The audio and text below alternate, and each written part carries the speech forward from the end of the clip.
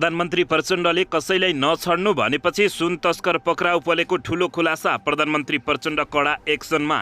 ठूलो परिणामको अवैध सुन सहित पक्राउ पर्नेको संख्या 6 पुग्यो।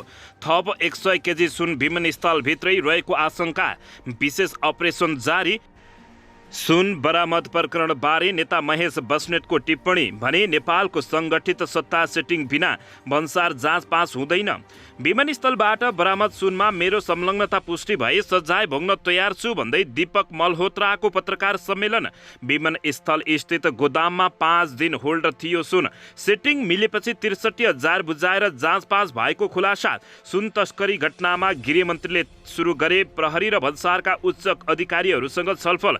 के भने त यसबारे सम्पूर्ण जानकारी। तस्करी नियन्त्रणका लागि प्रभावकारी कदम चाल्न सांसदहरूको माग। काङ्ग्रेस केन्द्रीय समितिको बैठकमै बालकृष्ण खाँडलाई निलम्बन गर्न गरियो माग। कसले के भने त यसबारे पनि सम्पूर्ण जानकारी। नेताका सन्तान राखेर तरुण दल विस्तार गरेकोमा नेपाली काङ्ग्रेसभित्र चर्को विरोध। कर्मचारीलाई कारबाही गर्न मन्त्रालयको पत्र कुर्दै भन्सार विभाग। राजस्व चुहाबाट रोक्नकै लागि प्रधानमन्त्री प्रचण्डले राजस्व विभागको डिजी बनाएको खुलासा। प्रधानमन्त्री पुष्पकमल दाहाल प्रचण्डसँग कतारका राजदूतको भयो भेटवार्ता। गगन थापालाई केन्द्रीय सदस्य केसीको सुझाव। दलको नेता र सभापति चाहियो भन्दै बेमौसमी बाजा नबजाउनुहोस्। ठूलो परिणाममा अवैध विदेशी मुद्रा सहित 4 जना त्रिभुवन विमानस्थलबाट आजै पक्राउ। गृहमन्त्रीको भ्रमक प्रचार गर्ने गणेश बस्नेत विरुद्ध साइबर ब्युरोमा पर्यो उजुरी। चर्को विवाद भएपछि कान्तिपुर टेलिभिजनले बन्द गर्यो सन्दीप छेत्रीको कार्यक्रम वाट द फ्लप। ललिता निवास जग्गा प्रकरणमा अनुसन्धान लम्बिँदा विदेशी भाग्न थाले आरोपीहरू। सुन तस्करीमा सत्तारूढ दलको नेताको नाम जोडिनु थप गम्भीर भएको नेकपा एमालेका महासचिव शङ्कर पोखरेलको भनाई। उपेन्द्र यादव विरुद्ध उम्मेद्वार बनेका कुशवा सहित 5 जनालाई जनमत पार्टीले गर्यो कारबाही।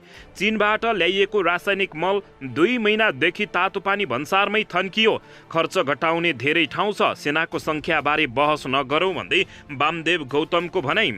र लगातार 5 दिनसम्म बढेको सेयर बजार आज सामान्य घट्यो। 3 अर्ब 5 करोड रुपियाँको भयो कारोबार। संगठन विस्तारका लागि राप्रपाले दियो 900 नेतालाई भूगोलको जिम्मेवारी। चौतर्फी आलोचनापछि सांसद विमला राईले सत्साइन सेनाको संख्या घटाउने विवादास्पद अभिव्यक्ति।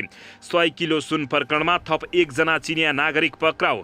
नेपाल एयरलाइन्समा एकैपटक 30 एयर होस्टेसको माग। ड्रेस लगाउँदा ट्याटु देखिन नहुने रोकिएन। मिटर ब्याज पीडितहरूको आन्दोलन। संशोधनले अझै बिगार्यो माहौल। समाचार लेखाइएको भन्दै दुबईमा अल्पत्र 15 जना नेपालीहरूलाई ज्यान मार्ने धम्की। कसले दियो त यसबारे सम्पूर्ण जानकारी। अब हेर्नुहोस् पुरा समाचार। दर्शक महानुभावहरू नमस्कार। नेपाली न्युज टिभीको न्युज बुलेटिन खबरमा यहाँहरूलाई हार्दिक स्वागत छ। सदा झैं आज पनि तपाईहरूमाझ देश तथा विदेशका महत्त्वपूर्ण समाचार अपडेटका साथ उपस्थित भइसकेका छौं। दर्शक महानुभावहरू तपाईहरूले हामीलाई कहाँदेखि हेर्दै हुनुहुन्छ नेपाल भई जिल्ला र ठाउँको नाम लेख्नुहोला। यदि विदेशमा हुनुहुन्छ भने आफू रहेको देशको नाम पनि लेख्न नभुल्नुहोला र हाम्रो च्यानल नेपाली न्युज टिभीलाई अहिलेसम्म पनि सब्स्क्राइब गर्नुभएको छैन भने सब्स्क्राइब गर्नुहोला। साथै सँगै रहेको बेल आइकनलाई दबाउन पनि नभुल्नुहोला। आउनुहोस् दर्शक महानुभावहरू आजको पहिलो तथा विशेष खबरतर्फ लागौं। दर्शकबिन त्रिभुवन अन्तर्राष्ट्रिय विमानस्थलबाट भन्सार जाँच पास भएर बाहिरिसकेपछि बरामद भएको सुन ब्रेक सु सहित जोग्दा कुल तौल 155 किलो आएको छ। राजस्व अनुसन्धान विभागले बरामद गरेको सुन सहितका स्कुटरका ब्रेक सुको तौल नेपाल राष्ट्र बैङ्कको टक्सार विभागले जोखेको हो। राष्ट्र बैङ्कले ती ब्रेक सु जोग्दा कुल तौल 155 किलो आएको राजस्व अनुसन्धान विभाग स्रोतले जानकारी दिएको छ। बरामद भएको सुनको एकिङ तौल पत्ता लगाउन राजस्व अनुसन्धान विभागले बब्बर महल स्थित राष्ट्रिय बैङ्कको टक्सार महाशाखामा पठाएको थियो। हाल निस्किएको तौल ब्रेक सु सहितको रहेकाले अब त्यहाँबाट निकालेर सुनको मात्र तौल लिने तयारी भइरहेको बताइएको छ। त्यसपछि मात्रै एकिङ सुनको तौल थाहा हुने बताइएको हो। बुधबार हङकङ हुँदै आएको 100 केजी सुन त्रिभुवन अन्तर्राष्ट्रिय विमानस्थल भन्सारबाट जाँच पास भइसकेर ट्याक्सीमा लगिँदै गरेको अवस्थामा राजस्व अनुसन्धान विभागले बरामद गरेको थियो। मोटरसाइकल र स्कुटरको ब्रेक सूभित्र लुकाइएर ल्याइएको सुन अनुसन्धान विभागको टोलीले बरामद गरेको हो। बरामद भएको सुन 100 केजी भए पनि सुनको परिणाम एकिङ भइ नसकेको छ। यसैबीच सुनको एकिङ परिणाम थाहा पाउन विभागले सुन जोख्न राष्ट्र बैंक पठाएको थियो। विभागले सुन बरामदपछि एक प्रकरणमा संलग्न भरिया र ट्याक्सी चालक तथा भन्सार एजेन्ट सहित 7 जनालाई पक्राउ गरेको जानकारी प्राप्त भएको छ। दर्शकबिन त्रिभुवन अन्तर्राष्ट्रिय विमानस्थल परिसरबाट बरामद भएको 100 किलो सुन प्रकरणमा एकजना थप चिनिया नागरिक विमानस्थलबाटै पक्राउ परेका छन्। चिनिया नागरिक जिकवान लिङलाई विमानस्थल सुरक्षा प्रहरी कार्यालयले बिहिबार दिउँसो पक्राउ गरेको बताइएको छ। उनी तिब्बत एयरबाट चीन भाग्न लागेको अवस्थामा प्रहरीले विमानस्थलबाट पक्राउ गरेको हो। जिङ वाङलाई पक्राउ गर्नका लागि राजस्व अनुसन्धान विभागले अध्यागमन विभागलाई जानकारी गराएको थियो। त्यही सूचनाको आधारमा विमानस्थल प्रहरीले उनलाई पक्राउ गरेको हो। प्रहरीले बुधबार त्रिभुवन अन्तर्राष्ट्रिय विमानस्थलको भन्सार परिसरबाट करिब 100 केजी सुन बरामद गरेपछि यति बेला नेपालमा निकै ठुलो हंगामा मच्चिएको छ। दर्शकबिन यता त्रिभुवन अन्तर्राष्ट्रिय विमानस्थल भन्सार परिसरमा थप 100 किलो सुन रहेको आशंकासँगै राजस्व अनुसन्धान विभागले विशेष अपरेसन जारी राखेको छ। विमानस्थलका कार्गो भवनबाट बाहिरिने गेटमा 100 किलो बढी सुन समातिएको तेस्रो दिन राजस्व अनुसन्धान विभागले थप उस्तै प्रकृतिको 100 किलो भन्दा बढी सुन विमानस्थलभित्रै रहेको आशंकाको आधारमा अपरेसन जारी राखेको छ। विभागले बुधबार त्रिभुवन विमानस्थल कार्गो परिसर अगाडिबाट 100 किलो बढी अवैध सुन बरामद गरेको थियो। अहिले उक्त सुनको मुचुल्का भइरहेको छ र जोख्ने काम भइरहेको छ। विशेष अपरेसनका लागि विभागका महानिर्देशक नवराज ढुङ्गना आफै विमानस्थल परिसरमा पुगेका छन्। विभागले पक्राउ परेकाहरूको घर तथा वासस्थल समेत खान तलासी गरेको जानकारी प्राप्त भएको छ। दर्शक महानुभावहरू, यसैबीच विमानस्थल स्थित गोदाममा 5 दिन होल्ड गरेको सुन सेटिङ मिलेपछि 63,000 बुझाएर जाँच पास भएको खुलासा भएको छ। तस्कर गरी भित्राइएको करिब 100 किलो आधिकारिक तौल लिन बाँकी सुन त्रिभुवन अन्तर्राष्ट्रिय विमानस्थल स्थित गोदाममा 5 दिनसम्म होल्ड गरेर राखिएको खुलासा गरिएको छ। सबै सेटिङ मिलेपछि 63,000 रुपियाँ भन्सार बुझाएर जाँच पास गराइ लगिएको अवस्थामा बुधबार सुन बरामद भएको जानकारी प्राप्त भएको छ। त्रिभुवन अन्तर्राष्ट्रिय विमानस्थल स्रोतले दिएको जानकारी अनुसार बरामद गरिएको सुन गत असार 29 गते नै हङकङबाट काठमाडौँ ल्याइएको थियो। त्यसपछि सिनान मङ्गल स्थित नेपाल पारवाहन तथा गोदाम व्यवस्थापन कम्पनी लिमिटेडको गोदाममा साउन 2 गतेसम्म भण्डारमा राखिएको बताइएको छ। 5 दिनसम्म गोदाममा राखिएको 160 पिस ब्रेक प्याडको भन्सार शुल्क 63,000 रुपियाँ रेडी ट्रेड प्रणालीका सञ्चालक दिलीप भुजेलले बुझाएको पाइएको छ। भन्सारका एक कर्मचारीले लोकान्तरसँग भनी साउन 2 गते भुजेलले भन्सार फर्म भरेर उक्त रकम भुक्तानी गरेका थिए। ब्रेक प्याडको भन्सार जाँचपाँच गर्ने काम भन्सार अधिकृत सन्तोष चन्द्र जानकी कुमार ढकाल ड्युटीमा रहेको समयमा भएको ती कर्मचारीले खुलासा गरेका छन्। ती दुवै कर्मचारीले भन्सार जाँचपाँच गरी टोटल एक्जिट साउन 2 गते दिउँसो 4:11 गरेको देखिएको छ। उनले भने मङ्गलबार नै उक्त ब्रेक प्याड ट्याक्सीमा डुबानी गरेर लगिरहेको अवस्थामा राजस्व अनुसन्धान विभागको टोलीले बरामद गरेको हो। दर्शकबिन यसैबीच यता व्यवसायी दीपक मल्होत्राले मङ्गलबार त्रिभुवन अन्तर्राष्ट्रिय विमानस्थलबाट बरामद भएको सुन आफ्नो नभएको दावी गरेका छन्। आज दिउँसो पत्रकार सम्मेलन गर्दै विमानस्थलबाट बरामद सुनमा उनले आफ्नो कुनै पनि सम्बन्ध नरहेको स्पष्ट पारेका छन्। मल्होत्राले भने मेरो संलग्नता पुष्टि भए म सबै कानुनी सजाय भोग्न तयार छु। मङ्गलबार बरामद भएको करिब 1 क्विन्टल सुनमा मल्होत्राको संलग्नता रहेको प्रारम्भिक अनुसन्धानबाट देखिएको समाचार बुधबारको नयाँ पत्रिकामा प्रकाशित भएको थियो। मल्होत्राले उक्त समाचारमा आफ्नो तस्बिर राखिएको र यसबारे आफूलाई सम्पर्क पनि नगरेको दावी गर्दै आपत्ति जनाएका छन्। विमानस्थलबाट भन्सार समेत जाँचपास भएर बाहिरिएको करिब 100 केजी सुन राजस्व अनुसन्धान विभागले बरामद गरेपछि यति बेला नेपालमा निकै ठुलो तरङ्ग पैदा भएको छ। दर्शकबिन यता त्रिभुवन अन्तर्राष्ट्रिय विमानस्थल भन्सार कार्यालयबाट अवैध रूपमा भित्रिएको सुन बरामद प्रकरणमा गृहमन्त्री नारायण काजी श्रेष्ठले प्रहरी र भन्सारका उच्च अधिकारीहरूसँग छलफल सुरु गरेका छन्।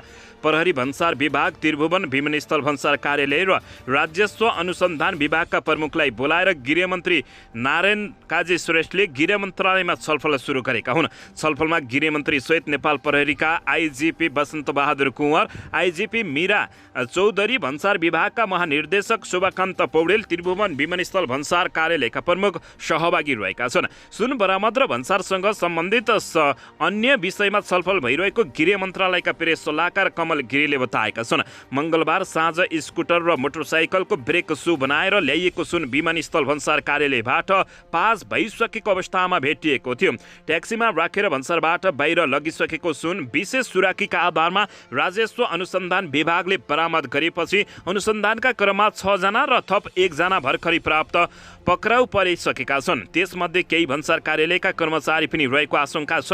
यता सुन जाँचपास गराउने कर्मचारीलाई भन्सार विभागले निलम्बन गर्ने तयारी गरेको छ। संलग्न कर्मचारीलाई निलम्बन गर्ने तयारी भइरहेको भन्सार विभागका सूचना अधिकारी पुण्य विक्रम खड्काले बताएका छन्। सामानको एक्सरे कसरी गरियो त्यसको विवरण पनि सम्कलन गर्न सुरु गरिएको छ। साथै सुन कसको मिल महत्त्वमा भित्राइएको भन्ने पनि खोजी भइरहेको उनले जानकारी दिएका छन्। दर्शकबिन यसैबीच यता नेकपा एमालेका पोलिट ब्युरो सदस्य तथा पूर्व मन्त्री महेश बस्नेतले नेपालको सङ्गठित सत्ता सेटिङ बिना भन्सार जाँचपास हुन नसक्ने बताउँदै सत्तारूढ दल गठबन्धनले यो डकैती गरेको बताएका छन्। उनले सामाजिक सञ्जाल मार्फत यस्तो बताएका हुन्। राजस्व अनुसन्धान विभागको टोलीले मङ्गलबार त्रिभुवन अन्तर्राष्ट्रिय विमानस्थलबाट जाँचपास भइसकेको ठूलो परिणाममा सुन बरामदको घटनाबारे उल्लेख गर्दै नेता बस्नेतले विमानस्थलमा यति ठूलो जनशक्ति र प्राविधिक सहितको संरचना रहेकाले सङ्गठित सत्ता सेटिङ बिना भन्सार जाँचपास हुन नसक्ने दावी समेत गरेका छन्। हजारौं किलो सुन तस्करीको सङ्गठित सत्ता सेटिङको जालोमाथि रहेसम्म रहेको बुझ्न अप्ठ्यारो नरहने उनको तर्क रहेको छ। उनले लेखेका छन् 3 तथ्य यस प्रकार छन्। फाइल तस्बिर उधुनेर लेखिएका कथा जनताले पत्याउँदैनन् किनभने निम्न सामान्य ज्ञान सबैले थाहा पाएकै छैनन् र भन्दै प्रश्न गरेका छन्। महेश बस्नेतले यस पटकको सुन तस्करीमा दीपक मल्होत्रा संलग्न छन् वा छैनन् त्यो अनुसन्धानबाट पुष्टि होला, तर यति स्पष्ट हो दीपक मल्होत्रा कसैको होइनन्, जो सत्तामा आउँछन् उनी त्यसैका हुन्। उनले भने विमानस्थलमा त्यति ठूलो जनशक्ति र प्राविधिक भएको संरचना छ। सङ्गठित सत्ता सेटिङ बिना भन्सार जाँचपास कुनै पनि हालतमा हुनै सक्दैन। मोटरसाइकल र स्कुटरको ब्रेक सुभित्र लुकाएर सुन ल्याउने गरिएको रहेछ। तथ्याङ्क अनुसार गरिएको 2 महिनामा मात्रै 22 पटक ब्रेक सु ल्याइएको रहेछ। उनले भने यसको मतलब गएको 2 महिनामा हजारौं केजी सुन तस्करी भइरहेको रहेछ। ती हजारौं किलो सुन तस्करको सङ्गठित सत्ता सेटिङको जालोमाथि रहेसम्म बुझ्न अप्ठ्यारो छैन र हामीलाई भनेर उनले यस्तो बताएका छन्। दर्शकबिन के सत्तारूढ दल गठबन्धनका नेताहरूले नै यो गरेका होलान् त? महेश बस्नेतले भने चाहिँ यसबारे तपाईहरूले प्रतिक्रिया दिन नभुल्नुहोला। दर्शकबिन यसैबीच यता तस्करी नियन्त्रणका लागि प्रभावकारी कदम चाल्न सांसदहरूले माग गरेका छन्। सांसदहरूले तस्करी भ्रष्टाचार र अनियमितताबारे प्रभावकारी छानबिन गर्न संलग्नलाई कानुनी दायरामा ल्याउन माग गरेका छन्। राष्ट्रिय सभाको आजको बैठकको सुन्ने समयमा उनीहरूले तस्करी नियन्त्रणका लागि प्रभावकारी कदम चाल्न सभाध्यक्ष मार्फत सरकारको ध्यान आकर्षण गराएका छन्। साथै उनीहरूले डेङ्गु रोगको प्रभावित जोखिम नियन्त्रणका लागि पनि प्रभावकारी योजना कार्यान्वयनमा ल्याउन माग गरेका छन्। सांसद इन्दिरा देवी गौतमले पछिल्लो समय काठ तस्करी, खोलानालाबाट गिट्टी बालुवा उत्खनन र चोरी निकासी भइरहेको र यसबाट राज्यको करोडौं राजस्व गुमेको भन्दै तस्करी र राजस्व चुहावट नियन्त्रणका लागि अनुगमनलाई प्रभावकारी बनाउन सरकारको ध्यान आकर्षण समेत गराएका छन्। सांसद गंगा कुमारी बेलबासीले पालिका स्तरमा महिला विकास तथा उत्थान प्रावधान र महिला सशक्तिकरणका लागि महिला विकास शाखा स्थापना गर्न समेत माग गरेका छिन्। दर्शकबिन यसैबीच यता नेपाली काङ्ग्रेस केन्द्रीय समितिको बैठकमै बालकृष्ण खाँडलाई निलम्बन गर्न माग गरिएको छ। नेपाली काङ्ग्रेसको बैठकमा पूर्व गृहमन्त्री बालकृष्ण खाँडलाई निलम्बन गर्नुपर्ने आवाज उठेको छ। 3 दिनदेखि जारी बैठकमा बालकृष्ण खाँडको निलम्बनको पक्षमा बोल्ने केन्द्रीय सदस्य अजय बाबु शिवाकोटी पहिलो बनेका छन्। बालकृष्ण खाँडलाई अदालतले पूर्वपक्षका लागि थुनामा पठाएको छ। सभापतिज्यू, हाम्रो दुविधा अचम्मैको छ। शिवाकोटीले बैठकमा भने खाँडप्रति अन्याय भयो भन्ने हो भने यो सरकारबाट हट्नु पर्यो, होइन भने आरोपीलाई पार्टीबाट निलम्बित गर्नु पर्दछ कि पर्दैन, उनले प्रश्न गरेका छन्। भ्रष्टाचारको विषयमा बैठकबाट पनि भ्रमपूर्ण सन्देश प्रवाह हुन नहुने उनले बताएका छन्। सरकार र साथी मध्ये के रोज्ने हो यो बैठकले टुङ्गो लगाउनु पर्दछ शिवाकोटीले बताएका हुन्। यसअघि बुधबारको बैठकमा लक्ष्मी खतिवडा र राधा घलेले खाँडको पक्ष लिएका थिए। दर्शकबिन यसैबीच यता नेता नेताका सन्तान राखेर तरुण दल विस्तार गरेकोमा काङ्ग्रेसभित्र चर्को विरोध समेत भएको जानकारी प्राप्त भएको छ। दर्शक महानुभावहरू, नेपाली काङ्ग्रेसले भातृ संस्था नेपाल तरुण दल विस्तार गर्दा नेताका सन्तान समेत राखेको भन्दै विरोध भइरहेको छ। तरुण दल लामो समय अध्यक्ष विद्वान गुरुङले एकल चलाएका छन्। सभापति शेरबहादुर देउवाले गत असार 13 गते तरुण दलमा 400 सदस्य मनोनित गरेका थिए। विधान विपरीत जम्बो केन्द्रीय समिति बनाएकोमा सभापति देउवाको आलोचना भएको छ। प्रदेश र जिल्ला कार्य समितिसँग सामान्य नगरी सभापति शेरबहादुर देउवाले तरुण दल विस्तार गरेका थिए।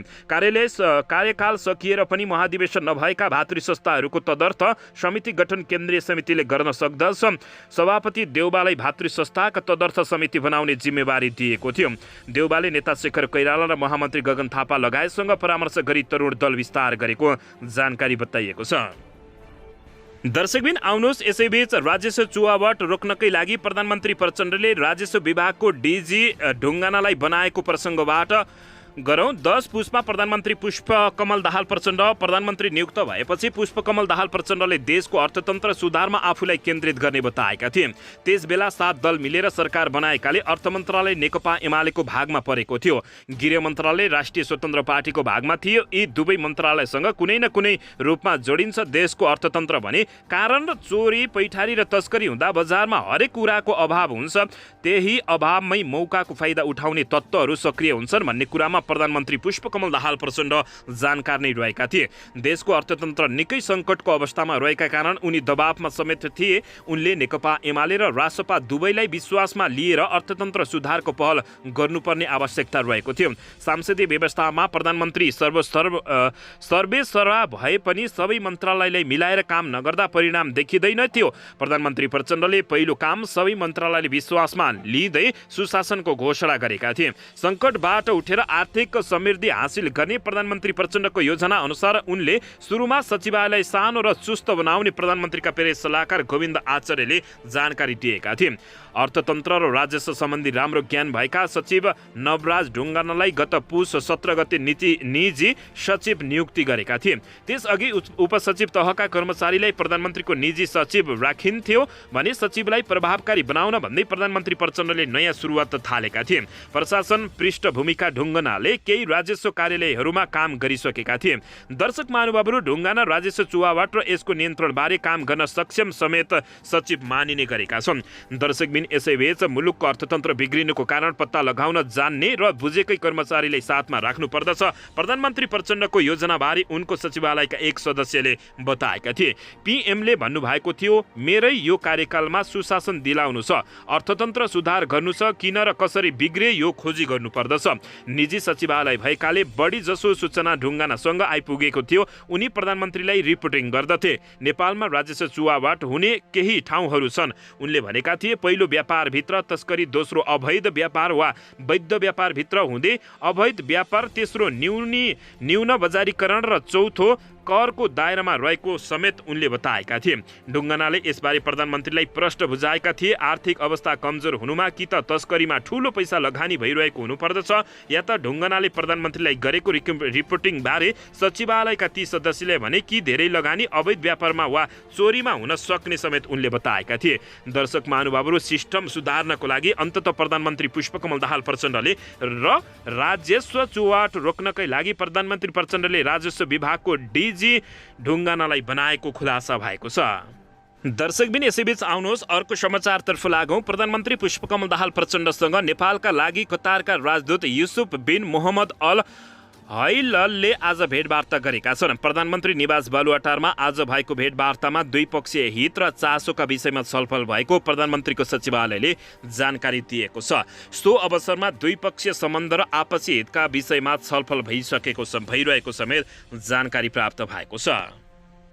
दर्शकबिन, यसैबीच आउनुहोस् अर्को समाचारतर्फ लागौँ। गृहमन्त्री नारायण काजी श्रेष्ठबारे भ्रमक प्रचार गरेको आरोपमा प्रेस चौधरी अध्यक्ष विरुद्ध जोरी परेको छ। उपप्रधानमन्त्री एवं गृहमन्त्री नारायण काजी श्रेष्ठले सुन पास गराएको भन्दै फेसबुक मार्फत भ्रमक समाचार छरेको आरोपमा प्रेस चौतारी नेपालका अध्यक्ष गणेश बस्नेत र सोही किसिमको समाचार लेख्ने जनबोली.com विरुद्ध उजुरी परेको छ। प्रधानमन्त्री एवं गृहमन्त्री नारायण काजी श्रेष्ठका प्रेस सल्लाहकार कमल गिरीले बस्नेत विरुद्ध प्रहरीको साइबर ब्युरो र जनबोली.com विरुद्ध प्रेस काउन्सिलमा आजै उद्धृति दिएका हुन्।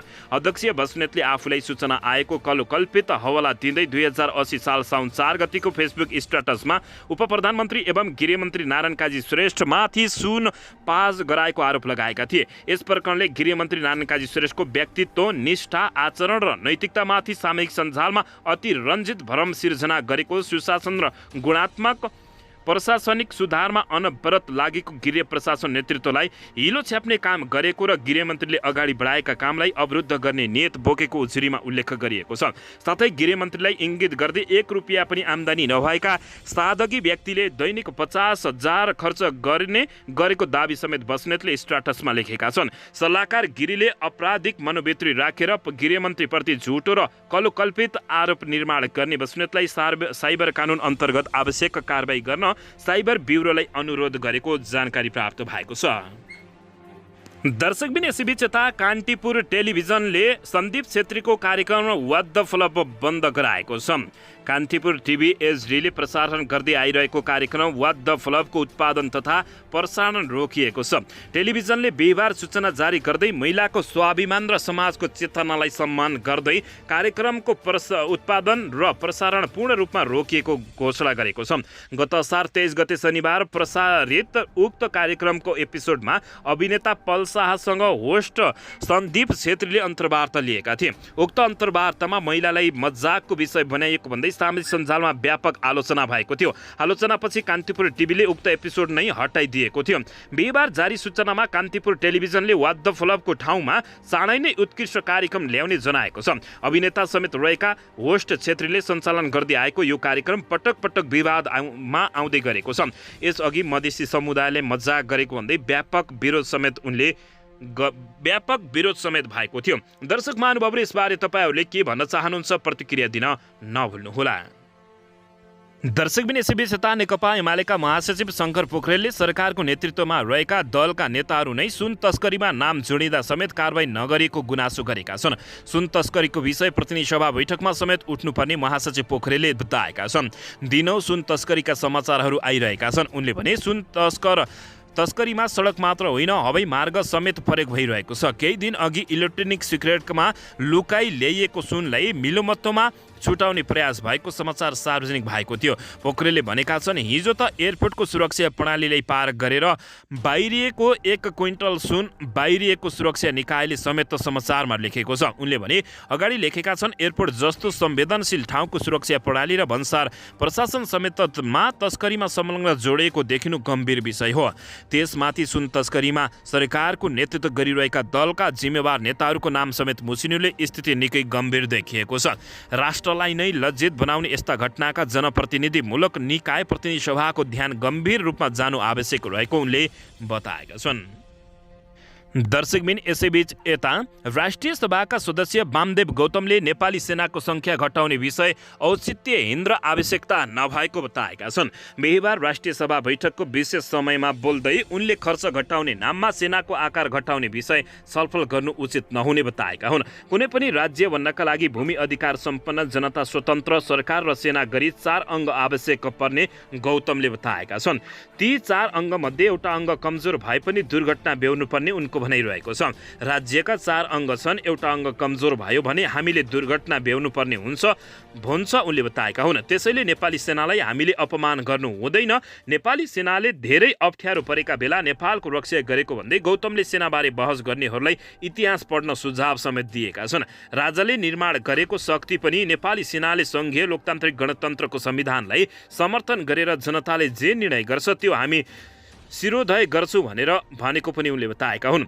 त्यो सेना गौरवका साथ गौरव बोकेको सेना, त्यो इतिहास पढ्नु पर्दछ, दोहोऱ्याएर पढ्नुस्। म ती साथीहरूलाई अनुरोध गर्दछु जसले सेनाको संख्या घटाउनु पर्दछ त्यसबाट बचेको पैसाले देश विकास गर्नुपर्दछ भन्छ उनले भनेका हुन्। खर्च घटाउन प्रतिनिधि सभाका सदस्यहरूको संख्या घटाउन सकिने, राष्ट्रिय सभा नै खारेज गरे पनि हुने भन्दै उनले सेनाको आकार घटाउन नहुने बताएका छन्। उनले संविधानमा सङ्घीय व्यवस्था भएकाले मात्र प्रदेश संरचना आवश्यक देखिएको नभए त्यसको कुनै अर्थ नभएको टिप्पणी गरेका छन्।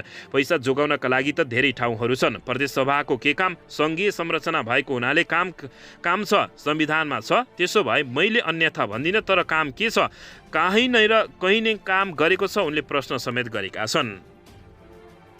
दर्शकबिन यसैबीच यता लगातार 5 दिनसम्म बढेको शेयर बजार आज बिहिबार भने सामान्य घटेको छ। शेयर बजार परिसूचक नेप्से आज 1.31 अङ्कले घटेर 2163.92 बिन्दुमा झरेको छ। आज फाइनान्स, होटल, लगानी, बिमा, म्युचुअल फन्ड र अन्य समूहको शेयर घटेको छ भने अरू समूहको शेयर सामान्य बढेको छ। आज सबैभन्दा धेरै सिटिजन म्युचुअल फन्ड र कुमारी इक्वेलिटी फन्डको शेयर 10%ले घटेको छ। समग्रमा बजार घटे पनि विशाल बजार कम्पनी र लिबर्टी इनर्जी कम्पनीको शेयर 10%ले बढेको छ। आज 264वटा कम्पनीका 84,24,000 किता शेयर किनबेच भएका छन्।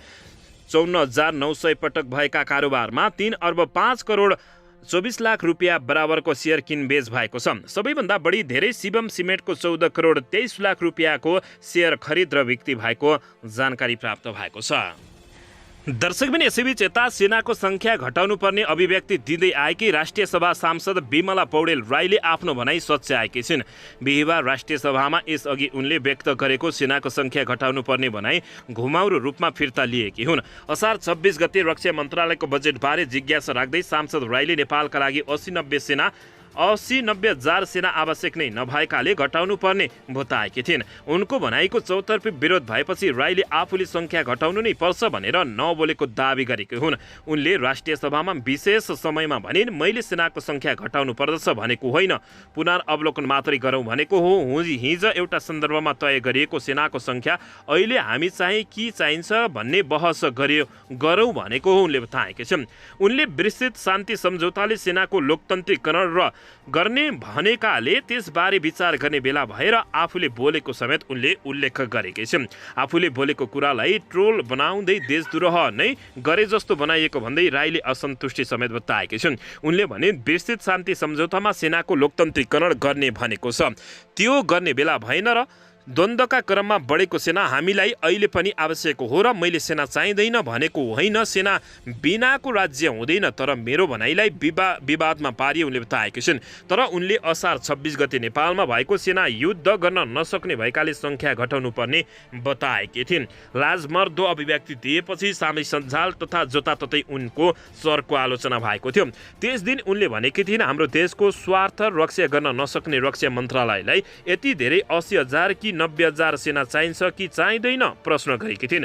पुनर्वलोकन गरौँ, हाम्रो देशभित्र लडाइँ छैन अनि छिमेकीसँग युद्ध हुने सम्भावना देखिँदैन। उनले भनिन्, भइहाले पनि हामी टिक्न सक्ने अवस्था देखिँदैन। सीमा सुरक्षा गर्नका लागि राम्रोसँग कम्युनिस्ट कोट गर्न सक्दैन। सुरक्षा गर्ने त परै जाओस्, त्यस्तो मन्त्रालयले पाल्ने कि नपाल्ने 80-90,000 सेना हामीलाई चाहिन्छ कि चाहिँदैन भन्दै उनले निकै अभिव्यक्ति दिएकी थिइन्।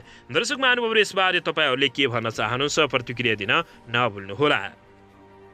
दर्शकबिन यसैबीच यता मिटर ब्याज पीडितहरूको आन्दोलन नरोकिएपछि झन ठुलो समस्या भएको छ।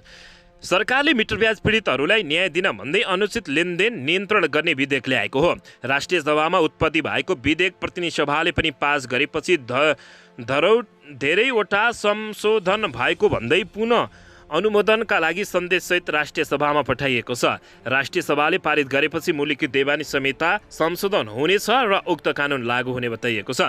मुलुकी संहिताको संशोधनसहित केही नेपाल संशोधन ऐन 2080 पारित भएपछि यसको श्रेय कसले लिने भनेर दलका नेताहरूमा हामथाप रहेका छन्। संसदबाट विधेयक पारित भएसँगै नयाँ दल राष्ट्रिय स्वतन्त्र पार्टीका सभापति रवि लामिछानेले सामाजिक सञ्जाल मार्फत विधेयक पारित भएकोमा गौरवान्वित भावना सार्वजनिक समेत गरेका छन्। सञ्चारकर्मी हुँदादेखि लडेको एउटा लडाइँलाई सार्थक बनाउने कार्य एउटा सहयोगी बन्न पाइएकोमा गौरवान्वित महसुस भएको छ, रविले भनेका छन्। सामाजिक सञ्जालमा लेखेका छन्, मिटर ब्याज विरुद्धको लडाइँले टेलिभिजनबाट सदनसम्म ल्यायो। उनले भने मिटर ब्याज विरुद्धको विधेयक संसदबाट भर्खरै पारित भएको छ, यसको सफल कार्यान्वयन होस्, पीडितलाई न्याय होस्, धन्यवाद सरकार समेत उनले भन्न भ्याएका थिए।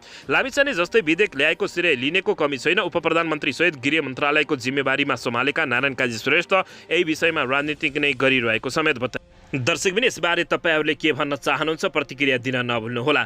दर्शकबिन यसैबीच यता दुबईमा 15 जना नेपालीलाई अलपत्र पारेको विषयमा समाचार प्रकाशित भएपछि पीडितलाई ज्यान मार्ने धम्की आएको छ। मासिक 1 लाख रुपियाँ तलब आउने गरी पेट्रोल पम्पमा काम लगाउने भन्दै दुबई पुर्याइएर 15 जनालाई अलपत्र पार्ने व्यक्तिले पीडितहरूलाई ज्यान मार्ने धम्की दिएका हुन्। लोकान्तरसँग सम्पर्कमा रहेका पीडितहरूले समाचारको विषयलाई लिएर आफूहरूलाई ज्यान मार्ने धम्की आएको बताएका छन्। सर, हामीलाई मार्छु, दुबईमा मैले के गर्न सक्छु भनेर हेर्दै जा भन्दै धम्की दिएको छ। पीडित मध्ये एकजनाले भनेका छन्, दुबईमा अलपत्र पर्ने मुख्य नाइके दुबईमा silver line facility management services सञ्चालन गर्ने पर्वत डाँडा खर्कका विजय सुनवार र उनका सहयोगी झापाको शिवा सताक्षी मैरहाका ओमप्रकाश भन्ने अनुप थापाले धम्की दिएको पीडितले बताएका छन्। आफूहरू दुबईमा काम गर्दै आएकी एक दिदीको घरमा सेल्टर लिएर बसेको पीडितहरूले बताएका छन्। दर्शक महानुभाव, यसबारे तपाईँहरूले के भन्न चाहनुहुन्छ? दोषीहरूले कस्तो कारबाही होस् यसबारे पनि प्रतिक्रिया दिन नभुल्नुहोला।